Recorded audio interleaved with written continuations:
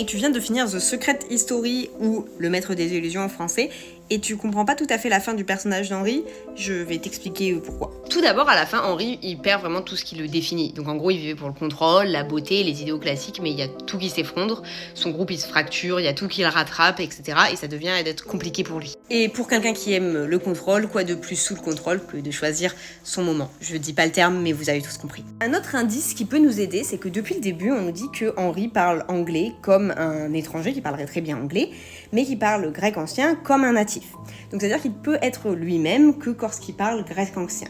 Sauf qu'à ce moment-là, il a déjà perdu Juliane et il se rend compte que tout son groupe est en train de partir en lambeaux. Donc les seules personnes avec qui il peut encore parler grec. Il y a donc plus grand-chose qui le rattache à ce monde contemporain. Il se rend compte qu'il peut plus fuir ses actes, qu'il peut plus rétablir l'ordre. Donc dans un espèce d'ultime acte de contrôle, il décide de rester fidèle à sa vision tragique du monde et de la vie et de faire un espèce de sacrifice héroïque comme un héros antique. Pour lui, à ce moment-là, c'était la seule issue possible et c'était la seule façon de rester lui-même. Parce qu'il n'avait aucunement envie de faire partie du monde du XXe siècle à cette époque, sans plus rien qu'il raccroche à ce qu'il aime et qui il est réellement. Après tout ça, ça reste mes interprétations personnelles et j'aimerais bien avoir les vôtres dans les commentaires pour avoir plusieurs avis sur la question.